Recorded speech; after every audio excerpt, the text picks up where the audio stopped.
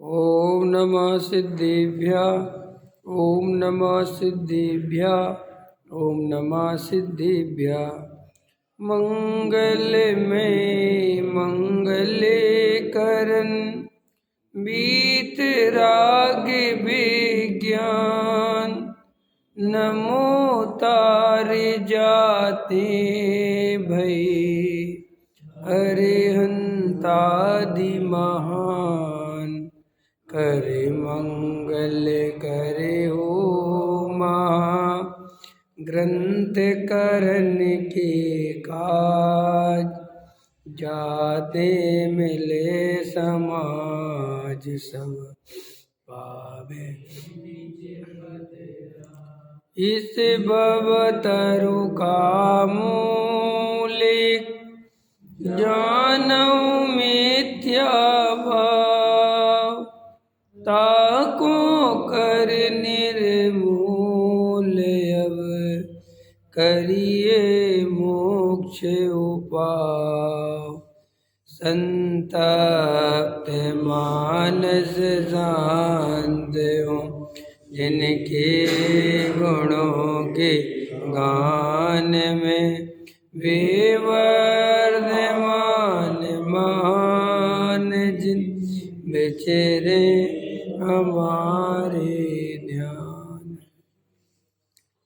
मोक्ष मार्ग प्रकाशक 8वां अधिकार पृष्ठ क्रमांक 273 प्रथमान योग की चर्चा चल रही है। प्रथमान योग के व्याख्यान विधान, उसकी भाषा शैली, उसका क्या तरीका होता है, इस पर चर्चा चल रही है। अभी पूज्य गुरुदेव श्री का जो अमूढ़ दृष्टि अंग पर चर्चा चल रही थी कि सम्यक दृष्टि जीव मूढ़ता नहीं करता, सम्यक दृष्टि जीव मूढ़ नहीं होता, चमत्कार को नमस्कार नहीं करता। अमूढ़ दृष्टि मूढ़ता होती ना, लोक मूढ़ता, देव मूढ़ता, गुरु मूढ़ता, ये 3 प्रकार की मूढ़ताएं होती हैं। इनसे रहित होता है सम्यक दृष्टि। देव मूढ़ता माने रागी देसी देवी देवताओं को पूजना भगवान समझ के, ये देव मूढ़ता कहलाती है। लोक मूढ़ता माने लोक में जो मूढ़पना चल रहा है, कोई किसी को भी नमस्कार, कोई पत्थर को किसी को भी पूजने लग, कोई पेड़ को पूजने लगता है, कोई पहाड़ को पूजने लगता है ना। कोई अपनी काल्पनिक देवियां बना लेता है, कोई काल्पनिक भगवान बना लेता है। हिंदुस्तान में तो हजारों देवी देवता काल्पनिक है, वे हैं ही नहीं। समझ में आया? ये कहलाती लोक मूढ़ता। और गुरु मूढ़ता रागी देसी चमत्कार दिखाने वाले हैं, भूत भभूत देने वाले हैं। कार नहीं ले आए, हाँ कार नहीं ले आए, कार को ही पूजने लग जाते लोग, है ना। स्कूटर को पूजने लग जाते है ना, वो मूढ़ता, कहीं उसकी पूजा ही करने लग जाते हैं। हाँ, और कहीं ऐसे करते ना, तो ये सब लोक मूढ़ता कहलाती है। और गुरु मूढ़ता, पाखंडी गुरु घूम रहे हैं लोक में, भरे पड़े हैं, उनकी किसी क्रिया से प्रभावित हो गए, कोई उनके चमत्कार से प्रभावित हो गए। साहब इनने 50 उपवास करे इसलिए प्रभावित हो गए, साहब इनने अखंड ज्योति है, अखंड ध्यान लगाया, कोई कुछ भी, जो भी लोक में एक पैर पे खड़े रहे, फलाना ढिकाना, ऐसे सब चलती हैं। तो इस प्रकार की मूढ़ताएं सम्यक दृष्टि के नहीं होती। वो कभी भी लाखों करोड़ों आदमी भी नमस्कार किसी को करता हो तो वो ये सोच के नमस्कार नहीं करता कि इतने लोग नमस्कार कर रहे हैं तो कुछ तो सच्चाई होगी, वो नहीं करता। इसलिए सम्यक दृष्टि की रीति जगत से निराली है। अपन तो जरा जरा सी बात पर ही दूसरी भीड़ को देखकर चले जाते हैं, चले जाते कि नहीं चले जाते हैं, गुरुओं के पास चले जाते हैं कि अरे साहब चलो तो क्या है, इतनी जनता जा रही, कुछ तो होगा, कुछ तो क्या होगा, हैं रंगारंग कार्यक्रम होंगे। जैनियों के मेले लगते हैं आजकल, चाट पकौड़ी के, जैन मेला, और जैन मेला में बढ़िया चाट खाओ और रात के 12 बजे खाओ। ना तो लगाने वाले को पता, ना खाने वाले को पता कि ये जैन काहे को लिख दिया। अरे खाली मेला ही लिख देते तो ही बढ़िया रहता है। अब जैन माने जैन रात को खाते हैं ये, और तुम दुनिया को बता रहे और पर हम किसी से कहें कि हम रात को नहीं खाते तो वो कहते तुम कौन सी दुनिया में जी रहे हो, हैं? तुम्हारे जैनियों को जानते हम क्या क्या करते, अब को क्या जवाब देते फिर। तो अपन को ऐसी मूर्ताओं से बचना ही चाहिए, अपन को बिल्कुल नहीं पढ़ना चाहिए। बहुत सारे प्रोग्राम होते ना कुगुरुओं के, तो जनता कहती अरे अब चले तो क्या है को जाना वहाँ, क्या रखा क्या मिलेगा। इसकी जगह शांति से अपना धर्म ध्यान करो, स्वाध्याय करो, तत्व विचार करो। समय बर्बाद करके ये भीड़ में मिलता क्या है। आपको पता है एक बहुत बड़ा मनोवैज्ञानिक हुआ, अभी उसका नाम ध्यान नहीं आ रहा मेरे को, उसने ये लिखा है साफ साफ कि आप जब भीड़ में जाते हो तो आप कुछ खो के आते हो। भीड़ आपसे कुछ छीन लेती है, आपका व्यक्तित्व छीन लेती है। आप जैसे हो वैसा नहीं रह पाते उनके बीच में, आप बदल जाते हो। वो आपका समय छीन लेती है, आपको ढोंगी बना देती है, आपको मायाचारी बना देती है। कौन? भीड़। इसलिए भीड़ से बचो, भीड़ में बिल्कुल मत जाओ। अपन भीड़ हो, अभी मंदिर में भीड़ हो तो तुम्हारे रंग राग बदल जाएंगे कि नहीं। मंदिर में अभी तुम्हारे कोई नहीं है ऊपर, तो तुम्हारे दर्शन करने में अंतर पड़ता है ना। और अगर अभी 100 लोग का विधान में बैठे हो तो फिर तुम कपड़े भी सोच समझ के पहन के आओगे, सब मिलेंगे, फिर तुम्हारा दर्शन करने का स्टाइल बदल जाएगा, फिर बैठने का पढ़ने का सब स्टाइल। ये सब भीड़ ने छीन लिया तुमसे, भीड़ ने तुम्हारा व्यक्तित्व तुमसे, और अपन अपना व्यक्तित्व छिनवाने में हमेशा खुश रहते हैं।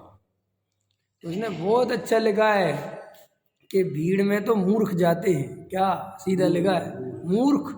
जहाँ भीड़ हो और उस भीड़ का हिस्सा बनना माने तुम कुछ नहीं समझते अपने आप को, तुम्हें अपनी सत्ता की कीमत नहीं है। नहीं समझ में आया, पकड़ में आ रही बात कि नहीं आ रही। मूर्ता चल रही है हरे राम हरे कृष्ण कृष्ण कृष्ण हरे हरे, और तुम बैठ गए उसी भीड़ में, तुम भी करने लगे। क्या मिला तुम्हें? जैन मेले में तुम भी चले गए कि देख तो आए क्या हो रहा है। जगह जगह होते रहते पंच कल्याणक वगैरह, तुम पंच कल्याणक देखने नहीं जाते हो। कोई तुम्हें भगवान की भक्ति नहीं है, कोई भगवान का स्वरूप पता नहीं है, और राग की पूर्ति के लिए जाते। ये मूर्ता है, मूर्ता। जब तुम्हें पता है कि वहाँ सच्ची बात नहीं है, क्या है वहाँ, लेकिन मज़ा आता है।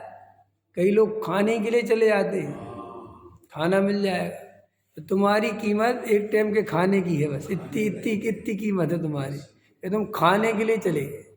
समझ में आए कि नहीं है। बहुत से लोग ऐसे, तो एक गुरुदेव ये ले रहे थे कि मूर्ता नहीं करता सम्यक दृष्टि, तो अपन को भी अमूढ़ दृष्टि अंग अपना होना चाहिए। अपन को भी दुनिया से बिल्कुल प्रभावित नहीं होना चाहिए। बाहर में कितनी भीड़ किसी के पीछे दौड़ रही हो, कोई मतलब नहीं है। चमत्कार ममत्कार होते ही नहीं। ये आते ना सोशल मीडिया पे, ये बाबा ने इतना चमत्कार, और अपन देखने लगते हैं। ये देखना भी दोष लगाना है। मैंने इतना इतना तुम इतना क्यों लगा के देख ले, क्या तुम्हें भाव जग गया कि ऐसा हो सकता है? क्यों? बागेश्वर वाला चल रहा है ना, है जेट सुरक्षा दे दी, तो अभी यहाँ आवे भीम गली में और तुम्हारा मन हो जाए देखने का, तो दोष लगा लिया तुमने। समझ में आया? यहाँ से कोई बड़ा साधु साधु तुम देख क्या देखना, क्या देखना। वीतरागी मार्ग के अलावा हमें कुछ नहीं देखना। हमें वीतरागी गुरुओं के अलावा किसी से कोई लेना देना नहीं। हमें जो वीतरागता का पोषण करे, ऐसी जनवाणी के अलावा कोई लेना दे। हमें कोई सामाजिक दृष्टि से कुछ नहीं कहा, हमें तो अपना आत्मकल्याण करना है। तो ये अमूढ़ता बहुत जरूरी है। मूढ़ अच्छे अच्छे स्वाध्याय करने वाले मूढ़ होते दिखाई देते हैं, तो मूढ़ नहीं होना। मूढ़ समझ के 3 मूढ़ता बताई, कौन कौन सी बताई? देव मूढ़ता, गुरु मूढ़ता और लोक मूढ़ता। समझ में? बिल्कुल नहीं करना। अब लोक मूढ़ता तो बहुत चलती है, और गुरु मूढ़ता बहुत चलती है ना। अब जो अपन जो घर भर खरीदते हैं तो दुनिया भर के जो विधान वगैरह कराते ना, तो वास्तव में इनकी बहुत कोई वो नहीं है। ये सब भी अगर तुम वस्तु स्वरूप नहीं समझ, देखो सामाजिक दृष्टि से कराना अलग बात है। सामाजिक दृष्टि समझते हो, इसके पीछे एक रहस्य है। जैसे आपने घर लिया, तो अब आपने घर लिया तो समाज के लोगों को कैसे बुलाओगे? तो विधान के बहाने बुला लिया, सबको पता चल जाए कि भैया हमारे पास भी घर है, ठीक है ना। और वहाँ पे क्या होता है कि अपन ने नमोकार आदि मंत्र पंच परमिष्टि का स्मरण किया तो वहाँ वीतरागता के शब्द उस घर में वीतराग वाणी गूंज गई, तो positive energy, negative energy, positive energy. इसके अलावा भगवान को करता धरता मान के पूजना कि हमारे घर में बढ़िया कर दो, ये कर दो, तो वहाँ लोग मूर्ता है। इसलिए बहुत ज़्यादा वो नहीं करना, बहुत सोच समझ के निर्णय करना। अब देखो क्या कहते, चलो इतनी बात हो गई, अब पढ़ते इसमें। जो तुम्हारे शादी वगैरह होती हैं इसमें भी बहुत लोग मूर्ता चलती है नहीं। तो अपने तो अंदर बिल्कुल नहीं होना चाहिए, कुछ भी नहीं होना चाहिए, कुछ नहीं होता, सब व्यर्थ की बातें हैं, कुछ भी नहीं होता, सब कोरे क्रिया कांड है। और वे क्रिया कांड इसलिए हैं, वे स्थापना निक्षेप है, वे इसलिए है कि तुम्हारे अंदर बिल्कुल श्रद्धा पक्की हो जाए कि मेरी शादी हो गई है। हाँ, ये आप समझो, जो हिंदुस्तान की शादी आराम से टूटती नहीं है, विदेशों की शादी बहुत आराम से टूटती है। अब हिंदुस्तान की भी शादी जो कोर्ट मैरिज होती हैं वे जल्दी टूटेंगी। हाँ, क्यों कि कोर्ट में गए, 1 मिनट में उनने साइन करे, हो गई शादी। वो श्रद्धा जम ही नहीं पाती क्या शादी हो गई, तो फिर ऐसा लगता है एक साइन और करो तो अलग। अरे आपको लग रहा होगा कि जैसे ही है, बहुत मनोवैज्ञानिक कारण है ये कि भाई सगाई करना, रोका करना, फिर साहब 15 दिन बाद अब सगाई होगी, फिर हल्दी चढ़ेगी, संगीत होगा, पता नहीं क्या क्या तामझाम होता अपने यहाँ तो। फिर उसके बाद ये होगा, फिर फेरे पड़ेंगे, फिर ये होगा, फिर ये होगा। और इतने हमें उसको देख के बैठ जाए कि भाई साहब ये बंधन हो गया है। अब हम बिल्कुल, हम इसको अब तक बिल्कुल हिला नहीं सकते थे। समझ में आया कि नहीं है? हाँ, मतलब छोड़ने की तो सोच ही नहीं सकते, नहीं ये समाज वाले खा लेंगे। अब विदेशों में क्या होता है कि भाई लड़का लड़की रास्ते में जा रहे हैं, और लड़का ने लड़की की तरफ देखा, उसने कहा आई लव यू, अरे उसने कहा आई लव यू टू, उन्होंने कहा चलो शादी कर ले। गए वहाँ कोर्ट मैरिज हुई, हो गई। फिर 4 दिन बाद लड़ाई हुई, उन्होंने कहा आई हेट यू, उन्होंने कहा आई हेट यू, उन्होंने कहा चलो फिर साइन करो। हो गया, निपट गया केस। तो ऐसे ही होता है वहाँ। इसलिए वहाँ जब कोई ऐसा भी बताते, विदेशों की तो हालत ये है कि कोई महिला बच्चा लेके घूमे और हस्बैंड लेके घूमे, तो उसी हस्बैंड का बच्चा हो बिल्कुल जरूरी नहीं है। समझ में आया कि नहीं आया? वो ऐसा पूछ लेते हैं कि ये तुम्हारा ही बच्चा है कि तुम्हारे एक्स का है या तुम्हारे उसके एक्स का है, बोलो। अब ऐसी सभ्यता है वहाँ की। तो वहाँ अपन को क्या लगता है कि वहाँ पे बहुत बहुत बहुत बहुत मज़ा आता होगा। वहाँ जिंदगी जितनी बकवास है, क्योंकि आत्मा तो जानते नहीं, उनको उसकी तो कुछ खबर है नहीं। और जो स्वच्छंद हो जाते हैं, तो स्वच्छंद होने से सुख नहीं होता, स्वच्छंद होने से तो डिप्रेशन होता है। आप समझ लो, आपको अगर ये बार बार शादी करना, तो आप ये मत सोचना कि आप सुखी हो जाओगे, आप डिप्रेशन में चले जाओगे, क्योंकि आपको सुख तो मिलना नहीं। अभी सुख की आशा है, और वो आशा और टूट जाती है। वहाँ विदेशों में क्या है, आशा भी नहीं कर सकते थे, हिंदुस्तान में आशा से जीते हैं। वहाँ आशा के लिए कोई जगह नहीं है, क्योंकि वहाँ जो सोचो वो हो जाता है। इसलिए देव गति में बहुत दुख है।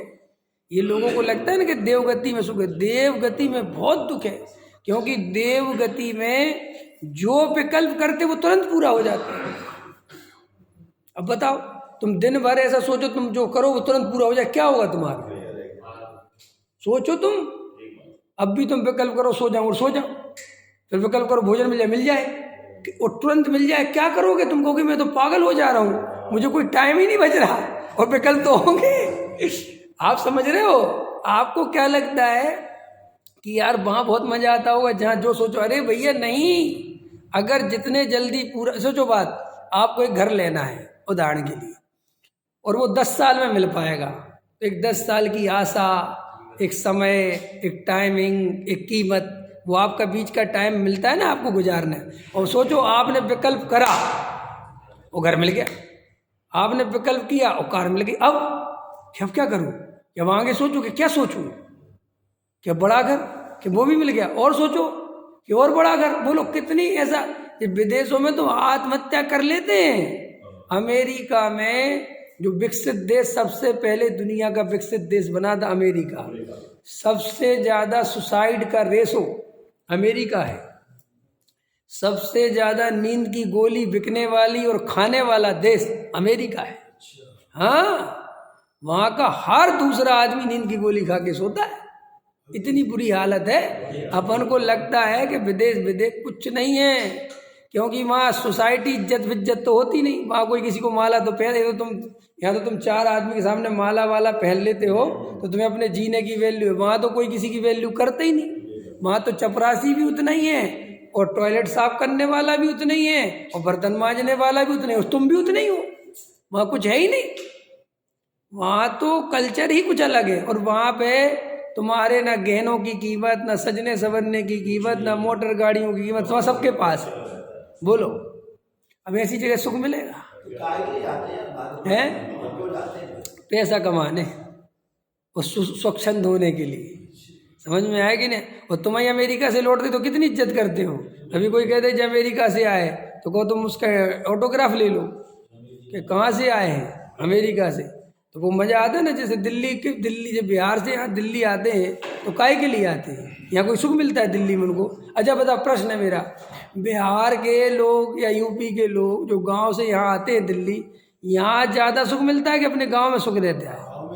लेकिन यहाँ बेचारे 4x6 के कमरे में, 6x6 के कमरे में डले रहते हैं, एक में 10, और वो सुनो, वो खाते रहते बेचारे कच्चा, वो सतुआ फतुआ और वो भेलपुरी, वो जीते रहते, मेहनत करते, तो क्यों डले रहते हैं? कोई प्रश्न करे यहाँ क्यों डले? अरे भैया पैसा कमाना ना उन बेचारों को।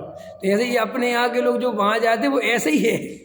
पैसा यहाँ मिलते 1 लाख रुपए उसी काम के, और वहाँ 10 लाख रुपए मिलते हैं। तो लोग तो हम पैसे कमा लेंगे बहुत, और पैसा सुख का कारण दिखता है। अब समझ में आया?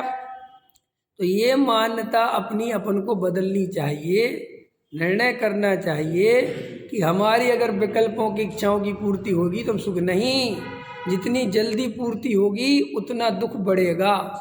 इसलिए संसार में कहीं कोई सुख नहीं है, देवव्यो गति में कोई सुख नहीं। निर्णय करो। अभी अपन अच्छे हैं, बहुत अच्छे हैं। सबसे बढ़िया आदमी होता है मिडिल क्लास। सच बता रहा हूं मैं, मिडिल क्लास मोक्ष का मार्ग है, और अपर क्लास नरक का मार्ग है, और लोअर क्लास जो है वो और नीचे का मार्ग है। कुछ नहीं, माने उसका तो जीते ही जी नरक है। समझ में? उसकी ऐसा समझ लो तुम। और ये अपर वाला जाने की तैयारी में है, मिडिल वाला है, उसके लिए सब रास्ते खुले हैं। समय भी है, भोग भी है, इतना भी नहीं है कि उसी में लगा रहे, और इतना भी कम नहीं कि बेचारा भूखा मर जाए। बढ़िया 2 टाइम की रोटी मिलती है, बढ़िया पहनने को कपड़ा मिलता है, और जितनी जरूरत है उतनी पूर्ति। अच्छा आत्म ध्यान करो, मिडिल क्लास सबसे बढ़िया। और तुम रोते रहते पर मिडिल सबसे बढ़िया। और मिडिल से कोई नहीं बोलता, या तो लड़ाई अपर वालों की होती है या नीचे। अपन से कौन बोलता है? क्योंकि अपन सबकी सुन लेते हैं, है कि नहीं? तो बोलो, वीत राग मार्ग ऐसा है, ना राग ना द्वेष। ऐसे राग और द्वेष से रहित वीत राग मार्ग की आराधना करने का अवसर अपने को मिला है, इससे बड़ा भाग्य कोई दूसरा नहीं। इसलिए ये पैसे वाले बनने की सोचना, बुद्धि लगाना बहुत बेकार है, कोई दम नहीं। देखो, इसलिए नहीं कह रहे कि अपने पास नहीं है, नहीं, हम समझा रहे हैं। अपने को कभी कभी ऐसा भी लगता है कि ये अपने पास नहीं है, इसलिए अपन मन को संतोष करने नहीं। वास्तव में ऐसा निर्णय करो कि तुम्हें कोई मुकेश अंबानी की जगह बैठाए, तुम्हारे अंदर से आवाज आए कि मैं 3 काल में नहीं बैठूंगा। ऐसा तुम्हारा निर्णय होने सम्यक दृष्टि का होता है। इंदादिक पद भी नहीं चाहूं, पढ़ा है कि नहीं है? कि मुझे कुछ नहीं चाहिए भगवान, और चक्रवर्ती पद नहीं चाहूं। काक बीट समगिनत हैं सम्यक दृष्टि लोग हैं, चक्रवर्ती सी संपदा इंद्र सरी के भोग। काक बीट समगिनत हैं सम्यक दृष्टि लोग। इसका अर्थ समझते हो? सम्यक दृष्टि ही इंद्र होता है, सम्यक दृष्टि ही चक्रवर्ती होता है। ये बात परम सत्य है। लेकिन सम्यक दृष्टि कभी ये पद चाहता नहीं, सहज मिल जाते करे क्या। ऐसे अपने को भी ये अपन पैसे वाले नहीं बन पा रहे हैं, कार मोटर बंगला, बहुत बड़े बंगले नहीं है, कुछ नहीं। बिल्कुल ऐसे सोचा करो अपन बहुत सुखी हैं। क्योंकि याद रखना, मैंने कहा था दुख तो इस संसार में, इस पंचम काल में रहना ही रहना है। पंचम काल माने उदाहरण, पंचम काल है, इसलिए बोलते हैं संसार में कोई जीव सुखी रह नहीं सकता, यही वस्तु का स्वरूप है। आज अपन है ना, अपन तो अपन को पैसा नहीं है, कम है, समझ लो इस बात का दुख है, ठीक है। और जो बड़े आदमी हैं उनके पास दूसरे कैटेगरी का दुख है, पैसे वालों के पास दूसरे कैटेगरी का, उनके पास हो सकता है कि निरोगी काया नहीं है, उनको दुनिया भर की बीमारी लगी, पैसा तो है। तो अब देखो विचार करो, जिनके पास ज़्यादा बीमारियां शरीर में लगी हैं, जो बेचारे खा पी नहीं सकते, चल नहीं सकते, दूसरे के पराय, भले ही वे करोड़पति हैं और हम भले ही करोड़पति नहीं, लेकिन ये सब हम कर सकते हैं। अभी प्रश्न है मेरा, ज़्यादा सुखी कौन है? माने दुख ज़्यादा किसका कम है? अपना दुख कम है ना, उनका दुख ज़्यादा है। ये आप पैसे वैसे वालों को ये क्या समझते हो सुख? अरे भाई इनकी औलाद सप्त व्यसनों में चली जाती है, समझ में आया? पैसा तो होता है, जो पैसा कहाँ भेजेगा? पैसा सप्त व्यसनों के अलावा कहाँ भेजता है? एक बार बताओ, आज अपने पास करोड़ रुपए आ जाए, क्या करोगे? हम अभी करोड़ रुपए कमाने लगे महीने, हम क्या करेंगे? तुरंत अपने लड़के का एडमिशन हाई लेवल की स्कूल में कराएंगे, यही है ना। और क्या करोगे आप? हाई लेवल माने कहाँ? जहाँ हाई लेवल के व्यसन चलते हैं, जहाँ बड़े बड़े लोगों के बच्चे पढ़ते हैं, और वहाँ पढ़ाई के नाम पर जो होता है वो अपन जानते हैं, और फीसें लगती, वही तो दोगे। तो और क्या करोगे? बड़ी गाड़ी खरीदोगे। तो बड़ी गाड़ी खरीदोगे तो कहाँ जाओगे? कि चलो मनाली, चलो इधर, चलो घूम के आते हैं। चलो फिर क्या करोगे? और पैसा है, होटल पे खाओगे, यही तो करोगे। अरे हम कह रहे यही तो करोगे। अरे बात अभी नरक तो छोड़ो, तुम ये करोगे। अभी सुनो तो मेरी बात, इसका फल क्या है? उसी पर्याय में देखो, होटलों का खा के महा बीमारियाँ, माँ गड़ा सड़ा गला अंदर जा डालोगे, बीमारियाँ, बच्चे तुम्हारे स्कूल में पढ़ने में बिगड़ेंगे, समझ में आया? और जो तुम्हारी गाड़ी मोटर बंगला जो है, तुम इनमें एक्सीडेंट हो जाओ, मर जाओ, कुछ भी हो जाए, माने आप संसार का क्या स्वरूप समझते हो? आप जो बनना चाहते हो, श्री गुरु कहते वहाँ कोई सुख नहीं है। तो इससे फायदा क्या हुआ? इससे फायदा ये होगा कि तुम अपना भव, जो उन आशाओं में खो रहे हो, वैसा बनने के चक्कर में लालसाओं में खो रहे हो, उसकी जगह भगवान आत्मा की दृष्टि कर सकते हैं, जो अनंत काल के लिए सुखी कर दे। भैया बड़े से बड़े अरबपति खरबपति आदमी को भी इसी अध्यात्म की शरण में आना पड़ता है। अच्छे सुप्रीम कोर्ट के जज भी अध्यात्म क्लासें ज्वाइन करते हैं। क्या करें बेचारे, बन गए थे सुप्रीम कोर्ट के वकील, खूब पैसा, करें क्या अब क्या करें? अब क्या करें बोलो? अब तो सलाम ठोकने वाले गए, अब तो बात खत्म हो गई। क्या देखो सरकारी नौकरी कैसी होती है। अभी जब मैं पीएचडी की अभी डिग्री लेने गया था ना, तो मेरे समय में जो थे कुलपति दूसरे थे, वाइस चांसलर दूसरे थे, माने वो पांडे जी थे जब मैं पढ़ता था। अब दूसरे बन गए, तो ये पता है क्या होता है कि वे बन गए तो ये वापस अपनी पोजीशन पे आ गए। ये कॉलेजों में ऐसा नहीं होता कि भाई तुम वाइस चांसलर, तो बस टाइम पीरियड होता है कि 3 साल के लिए नंबर आते हैं, तो 5 साल के लिए बने, और 5 साल के लिए। तो देखो जब तक वो वाइस चांसलर था, उसकी चाल, उसकी मस्ती मेरे सामने रहा, वो वाइस चांसलर, समझ में आया ना। और अभी मैं गया तो वो सामान्य प्रोफेसर हो गया, और जो सामान्य था वो वाइस चांसलर हो गया। अब वो ऐसा खड़ा बैठा। अब देखो जी अकड़ कितनी झूठी है, उसको ये नहीं दिख रहा कि देखो ये अभी ये था और अभी ये वापस जो कहते हो गया। बोलो होता कि नहीं होता? अब बैठे, अब वो जो 5 साल लिया है ना, अब तकलीफ देता है। देखो कैसा स्वरूप है। जब तक वो सामान्य था कोई दिक्कत नहीं थी, लेकिन विशेष बन के सामान्य होता है ना, इतनी तकलीफ होती है, ऐसा लगता है नौकरी छोड़ दे। आपको लगेगा नहीं ऐसा? तकलीफ क्यों? कि फिर कोई सलाम नहीं करता, फिर कोई नहीं पूछता, फिर उसको लगता है कि यार अभी तो तक कितने पूछ रहे थे। इसलिए जो नेता मरते मरते भी कुर्सी से उतरना नहीं चाहते, इसलिए नहीं कि वहां कोई सुख है। बात यह है कि वो आदत ऐसी पड़ गई है कि इससे उतरूंगा तो कोई नहीं पूछेगा।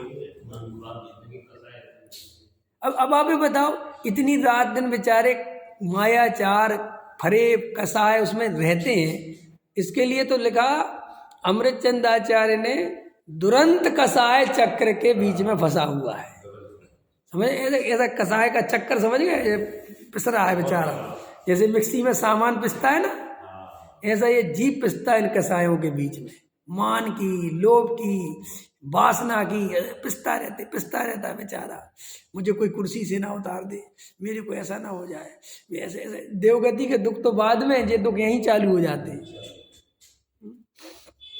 समझ में आया? तो निर्णय करना, अपन जैसे हैं बहुत अच्छे हैं, कुछ नहीं, थोड़ा समय है, काल थोड़ा है, 10-20 बरस की जिंदगी है, कोई किसी का भला बुरा करने में समर्थ नहीं। अगर इसमें अपन आत्म ध्यान करेंगे, आत्म तत्व का निर्णय करेंगे, अपने को आत्मा मानेंगे, वेद विज्ञान करेंगे, तो अनंत काल के लिए अनंत सुखी हो जाएंगे। और 10-20 बरस की जिंदगी के लिए आकुलता करेंगे, अभिलाषाओं में जियोगे, वासनाओं में जियोगे, कसाय में जियोगे, तो अनंत काल के लिए अनंत दुख की यात्रा प्रारंभ हो जाएगी। चल तो रही है देखो। और मैंने आपको बाहर का समझा दिया, निर्णय करो। ये सब बाहर में जो कुछ मिला है ना, सब पुण्य पाप का खेल है। क्या? हाँ, इसमें तुम्हारी नहीं चलनी। तुम ये मत सोचना तुम्हारी इच्छा करने से कोई पदार्थ तुम्हें मिलता है। इच्छा तो तुम्हारी व्यर्थ है। क्या है वो पंडित साहब का? पुण्य उदय में चाहे व्यर्थ है, सहज पने मन वांछित हो। पापोदय में चाहे व्यर्थ है, नहीं चाहने पर भी हो। कितनी बढ़िया लाइन है कि अगर पुण्य का उदय होगा, मुझे कोई सामग्री मिलनी होगी और मैं बिल्कुल उसके बारे में विचार नहीं करूँगा बिल्कुल भी, तो वो सामग्री फिर भी मुझे मिल जाएगी। अगर पुण्य, और ऐसा होता है कि नहीं होता? बोलो। अच्छा, होता है कि नहीं होता? मैं आपको बताता हूँ। मैंने कभी जिंदगी में नहीं सोचा था कि मेरे को PhD की डिग्री मिलेगी। मैं तो विकल्प ही नहीं था। मैं समझ में आया नहीं, तो मुझे कोई मतलब था PhD से, पता नहीं कहाँ से कहाँ तक पढ़ता गया। मैं तो कब से नहीं पढ़ना चाह रहा था। मैं 12वीं क्लास से सोचा था अब नहीं पढ़ूँ, ग्रेजुएशन हो गया, मैं सोचता था अब नहीं पढ़ूँ, MA हो गया, मैं सोचा अब नहीं पढ़ूँ, JRF हो गया, मैं सोचा अब नहीं पढ़ूँ, PhD हो गई। अब बोलो क्या होता है तुम्हारे चाहने से? अभी जो हमारे पास जितना है, मतलब मेरे पास एक घर है, ये मैं सोच कभी जिंदगी में सोचते ही नहीं थे सब होगा। अरे ये सब पुण्य के उदय हैं। जब सामग्री आनी होती है तो आती है, और जब पाप का उदय होता है तुम रात दिन चाहो, रात दिन आर्तरोध ध्यान करो, वो सामग्री बिल्कुल भी नहीं आएगी। बोलो तो फिर क्या करें? अरे इसकी जगह आत्मा की चाह करो ना, इस आत्मा का ध्यान दो, वो तो बाहर में जो होना है वो तो होना ही, लेकिन अपन को भरोसा नहीं आता। ये पुण्य पाप पे भरोसा आ जाए, क्रमबद्ध पर्याय पे भरोसा आ जाए, तो जीव बैठे बैठे सम्यक दर्शन ले ले। और सम्यक दर्शन लेने की बात नहीं है, सम्यक दर्शन माने सुखी हो गया, अभी आकुलता मिट जाए, अभी आनंद बरसने लगे। अपने ऊपर दुख क्या है? जे पर द्रव्यों के कर्तृत्व का अपने ऊपर जो भार रखा हुआ है, रमेश जी, यही तो दुख चल रहा है। दुख है नहीं, दुख तो अपन रोज पैदा करते हैं। मान्यता का दुख है, और मान्यता अपनी है, वो किसी दूसरे ने तो दी नहीं। बदल दो तो अभी सुखी हो जाओगे। हाँ, बदलो, नहीं बदलोगे ऐसे ही करते करते चले। अभी अरविंद जी मजाक लगती है जिंदगी, ये सब उदय चल रहा ना, जब बीच बीच में पाप का उदय आता है तब कैसी लगती है जिंदगी। अभी तो क्या पुण्य का उदय चलता है ना, खाने को अच्छा बढ़िया पैसे आ रहे तो जीव को सब फूला रहता है। जवानी नींद भर सोया, बुढ़ापा देख कर रोया। इसका अर्थ पता क्या है? कि ये जीव पुण्य के उदय में ऐसा मस्त रहता है, खुश रहता है, स्वाध्याय भी सुनता है तो मस्ती से आए सुना। और जब पाप का उदय आता है तब देखो क्या हालत होती है। फिर हंसी नहीं आती, फिर रोता रहता है, फिर कहता है साहब समय से आएगी, कुछ बात सुना दो। ये क्या सुना दे, बहुत तकलीफ है। श्री गुरु कहते देख, तुझे जब सुनने की स्थिति थी तब तुझे उसने गंभीरता से तूने समझा नहीं, और आज तुझे अब समय खराब हो गया, अब कहता अब सुना दो, क्या सुना दो? भैया गंभीर हो जाओ उस मार्ग में, बहुत अंदर से विचार करो कि मुझे अगर सम्यक दर्शन नहीं हुआ तो मेरा क्या होगा। सोचना ही चाहिए, आपको इस प्रश्न को उठाना ही पड़ेगा। जो होना है वो निश्चित है, ये परम सत्य है, लेकिन जो होना है निश्चित में अगर तुम्हें सम्मेलन नहीं हुआ तो तुम्हारा क्या होगा ये भी सोचो। अगर मैंने निर्णय नहीं किया तत्वों का तो क्या होगा। ये बड़ी मुश्किल से यहाँ तक आते हैं अपन, अभी फिसल जाएंगे पता नहीं चलेगा।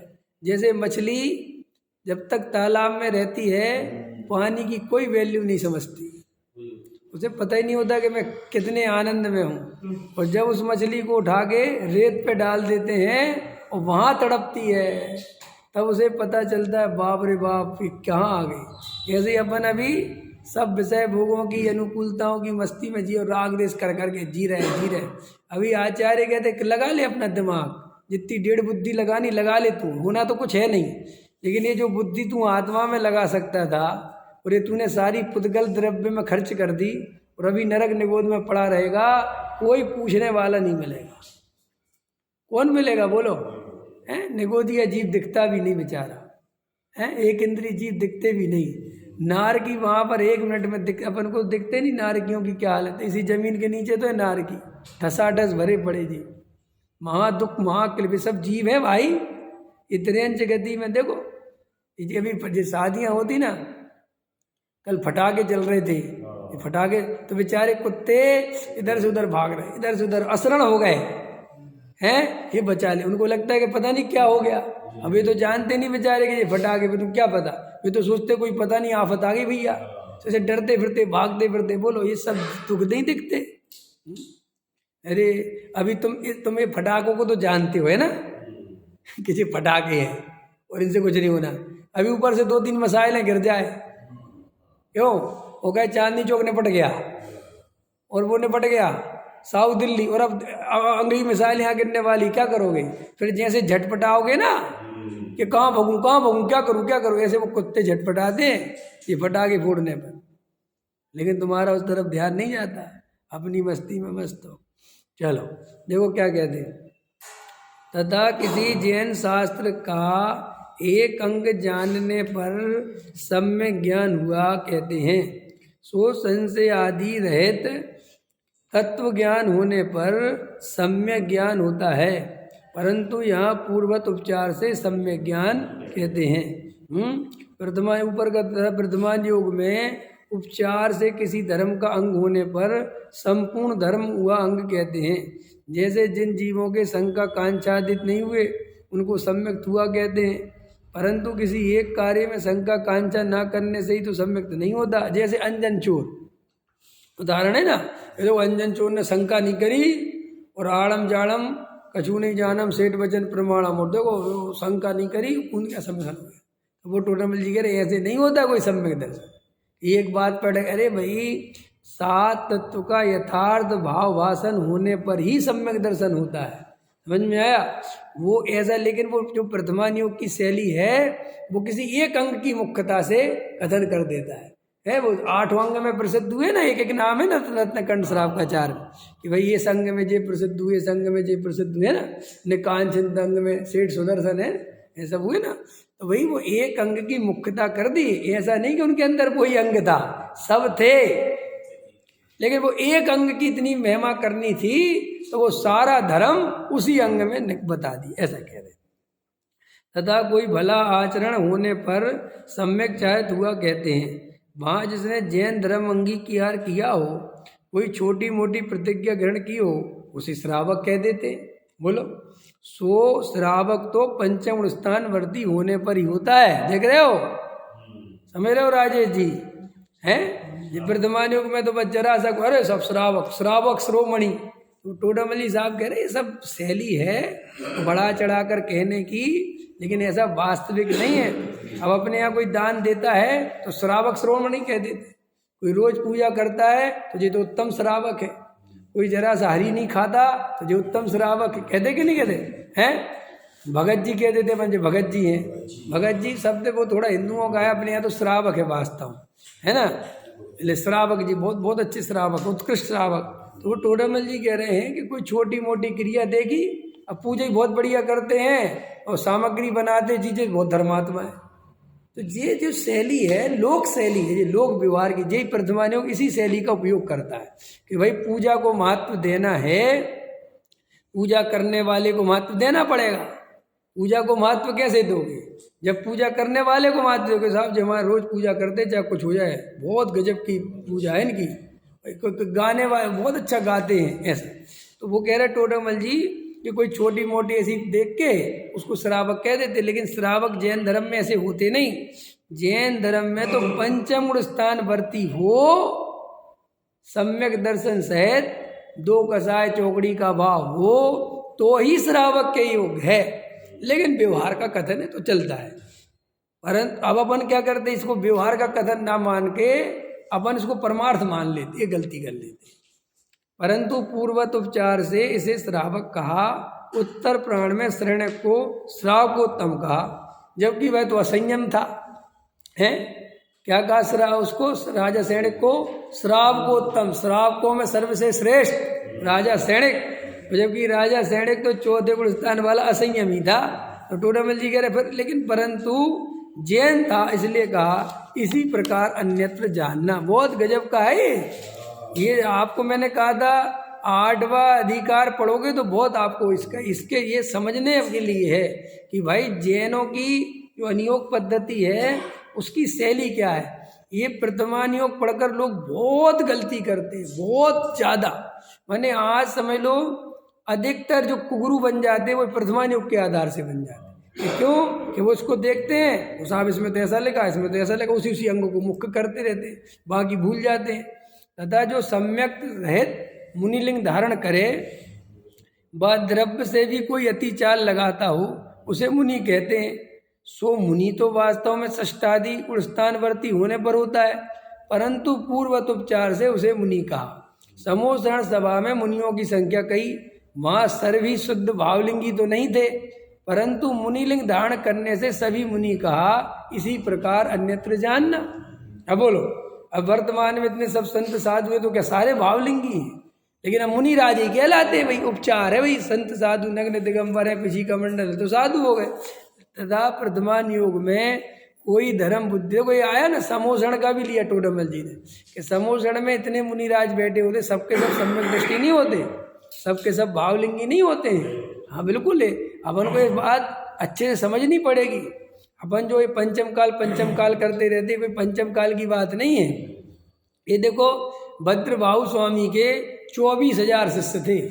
कितने क्या कहलाते? 24,000 भाई साहब, 24,000। तो क्या वे सबके सब भावलिंगी थे?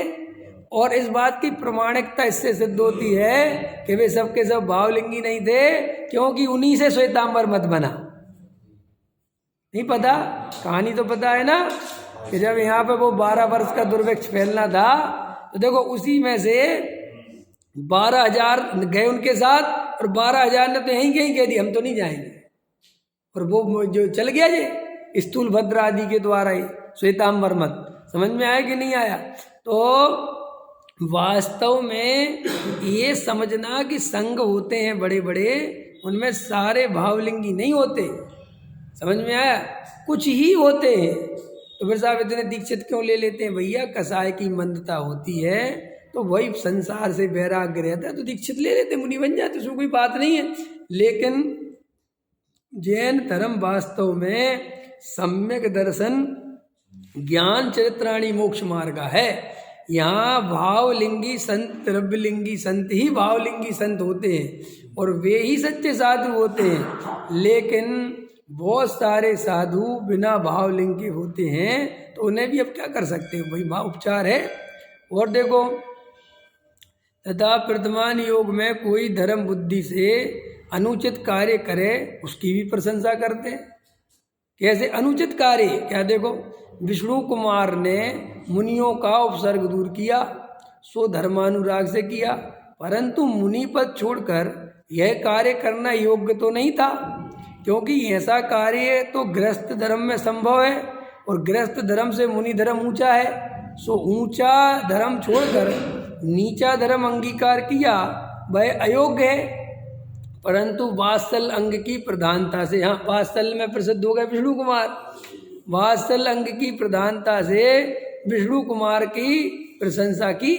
इस छल से औरों को ऊंचा धर्म छोड़कर नीचा धर्म अंगीकार नहीं करना चाहिए। अब विष्णु कुमार मुनिराज थे, सबको कहानी पता है रक्षाबंधन वाली, तो वही एक परिस्थिति विशेष ऐसी फंसी कि उनको वो पद छोड़ के वो जो है कहानी सबको पता है। अब टोडामल जी साहब कहते हैं जे कार्य कोई योग्य नहीं है, आदरणीय नहीं है, जे अनुकरणीय नहीं है, जे आदर्श बनाने लायक नहीं है, कि और भी संत साधु समाज सेवा में लग गए हैं आजकल के बहुत से संत साधु, कि क्यों कि विष्णु कुमार ने भी वो करा था, हमें भी समाज से वात्सल्य, तो ये छल ग्रहण हो गया है, नहीं समझ में आया। आजकल के बहुत से संत साधु समाज का संचालन करते हैं और वो ये कह के करते हैं कि हम लोग इसलिए नहीं करते कि हमें कोई राग है, हम इसलिए करते हैं कि समाज का भला हमें करना है। कहते कि नहीं कहते? तो भैया ये भला करने के लिए तुम ऊंचा पद छोड़ के ये राग द्वेष के बीच में फंसते हो, ये दान वगैरह इकट्ठा कराते हो, ये क्या कहते हैं आयतन बनवाते हो, बड़े बड़े प्रोजेक्ट चलवाते हो कि साहब हम तो समाज के लिए कर, हमें तो एक नहीं चाहते, हम तो बनवा के निकल जाते। अरे तो इतने भी क्यों फंसे? क्या लेना देना? समाज को बनाना हो बनाए, नहीं बनाना तुम्हें क्या मतलब है? क्यों कि जब तुम उसमें बनोगे, तुम उसके दान इकट्ठे कराओगे, तो वो तो सारी समाज तुम्हारी ऊपर जिम्मेदारी डालेगी कि क्यों कि चलो महाराज अब आधा काम रुक गया क्योंकि अब पैसा नहीं आ रहा, तो अब कहीं जाना पड़ेगा क्योंकि अब तुमने चलवाया था, नहीं समझे? फिर चलवाओ। फिर दूसरी बात अब पंच कल्याणक कराओ, क्योंकि वो तो भाई समाज, आप समझे नहीं, दुनिया कैसी है? दुनिया भी ऐसी है कि जैसे मान के चलो अभी तुम यहाँ खड़े होके पैसे मांगो तुम्हें कोई नहीं देगा, तो मैं ही में से बता रहा हूँ।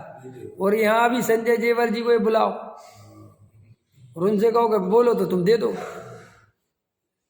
अब ऐसे है कि नहीं है? उदाहरण दे रहा हूँ। ऐसे अब साधुओं का है कि भाई महाराज हमारे तो बस की है नहीं, हमें तो कोई पैसा दे नहीं रहा, आप बोलो तो पैसा आएगा। अब भैया बोलो, तो अब तुमने वो जरा सी जिम्मेदारी ली तो फंसे ना तुम। अब विकल्प करना, अब तुम कहोगे नहीं जब मैं तो साधु, मैं तो नहीं आता, तो भैया तो चक्कर चालू करेगा काय को था। अब इतने प्रोजेक्ट चल रहे हैं जो अपने जैनियों के महाराजों के बहुत प्रोजेक्ट चलते रहते हैं, महाराजों के माने समाज के, और वो क्या होते अधूरे पड़े रहते हैं। तो वहाँ जाके पूछना तुम कि तुम्हारा अधूरा क्यों पड़ा है, तो वो कहते महाराज ही नहीं यार, हम क्या करें हैं। अब के तुम्हें महाराज से क्या लेना देना है कि भैया वो पैसा इकट्ठा होगा तो ही तो करेंगे हम, तो तुम करोगे, हमें कोई नहीं देता है। नहीं गजब की बात है कि नहीं? तो भैया ये जो अपन ने परंपरा ये नई तैयार करी है कि साधु के नाम पे पैसा देंगे, पंडितों के नाम पे पैसा देंगे, ये समाज के लिए बहुत समझ लो हानिकारक है। ये अच्छी परंपरा नहीं है, ये स्वस्थ परंपरा नहीं है। ना हमें पंडितों को इन्वॉल्व करना चाहिए, विद्वानों को इन्वॉल्व नहीं करना, जिन विद्वानों से तत्व सुनना है, क्योंकि वे ही तुम्हारे नहीं राग मन है। अब वे ही विद्वान देवी को जो है साड़ी पहनाते फिर रहे हैं, और वे ही विद्वान वो क्या मुकुट पहनाते फिर रहे हैं, और वे ही नचवाते फिर रहे हैं, और फिर नचाने के बाद धूम धड़ाम हो आके चलो जी आओ समय सार खोल लो, तो तुम्हारा क्या होगा? और आजकल सबको ऐसे मल्टी टैलेंटेड विद्वान चाहिए जो समय सार भी खुलवा दें हैं, और मेरी तो पतंग उड़ गई रे भजन भी गवा दें, है कि नहीं? ऐसे विद्वान चाहिए। आजकल ऐसे विद्वान खूब पुज रहे जो ऑलराउंडर हैं। जैसे क्रिकेट टीम में ऑलराउंडर की जरूरत होती ना, यार बॉलिंग भी कर ले, बैटिंग भी कर ले, फील्डर भी अच्छा हो, मजा आ जाए। ऐसे अब आजकल समाज सोचती है ऐसे ही साधु चाहिए, ऑलराउंडर साधु, ऑलराउंडर पंडित। ख्याल में आया कि नहीं आया?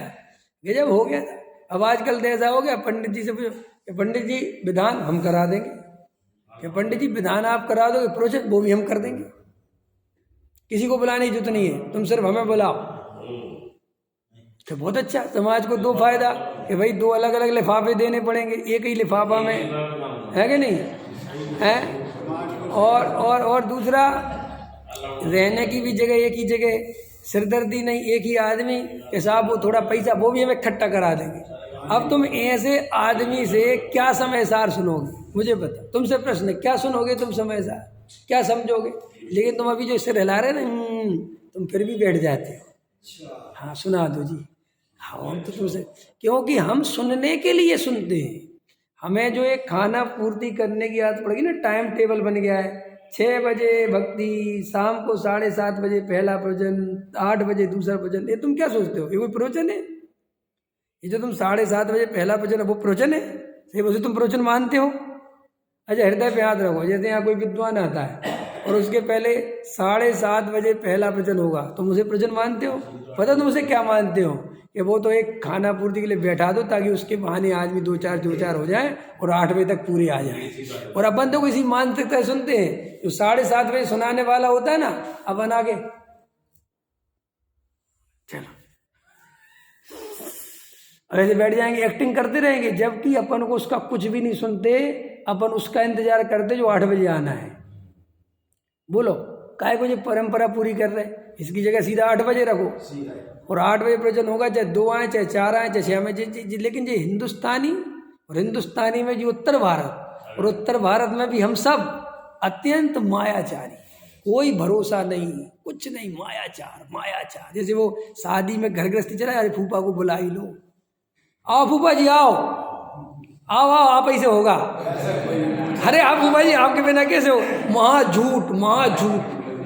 वो फूफा दिख गया सामने तो कर रहा है ये सब, जबकि वो फूफा से कोई लेना देना नहीं था। हैं आओ जी आओ। ऐसे ही अपन ऐसे ही इस मंदिर में करते हैं, जय हुआ, कोई अपन को प्रवचन वगैरह नहीं सुनने। लेकिन अब सिर पे है, चलो यार सुन लो। कई लोग शर्मा शर्मी प्रवचन सुनते हैं, सच में शर्मा शर्मी।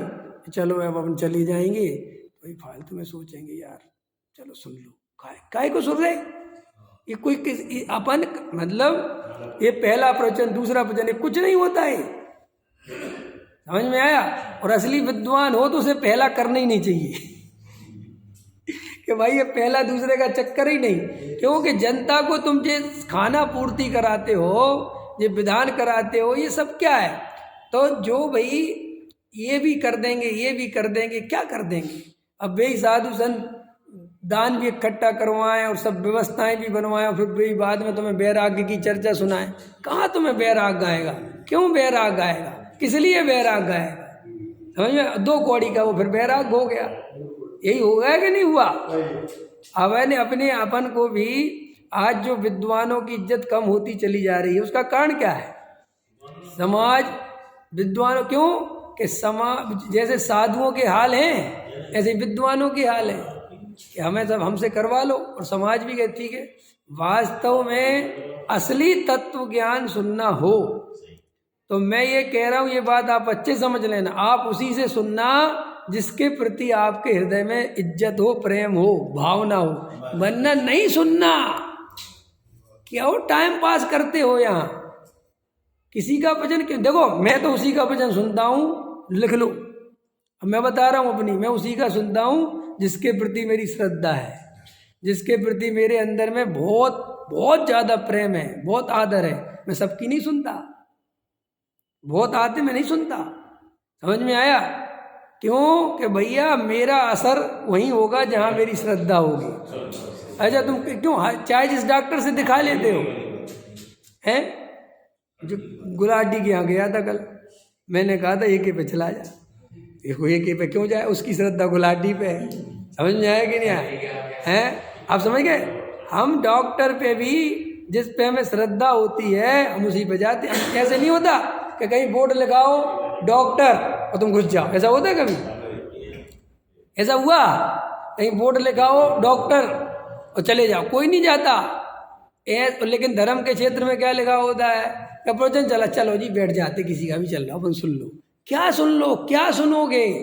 क्योंकि तुझे कोई जन्म जरा मरण का कोई रोग पता ही नहीं है, तुझे मिथ्या दर्शन की कोई तकलीफ ही नहीं है। इसलिए चाहे जिसको सुनना धर्म नहीं है, और उससे तो धर्म होगा ही नहीं है, और सुन लो भाई साहब। प्रवचन भले एक सुनो, दिन में 10 मत सुनो, 10 की मत सुनो, एक सुनो, लेकिन बहुत श्रद्धा भक्ति से सुनो, अपने आनंद से, अपनी श्रद्धा से सुनो। ये जब तक जिसके प्रति श्रद्धा नहीं है, ये चैनल बदलने से, पंडित बदलने से, इस महाराज बदलने से कुछ होने वाला नहीं है। श्रद्धा बदलो अपनी तो बात बनेगी। सहजानंदी शोध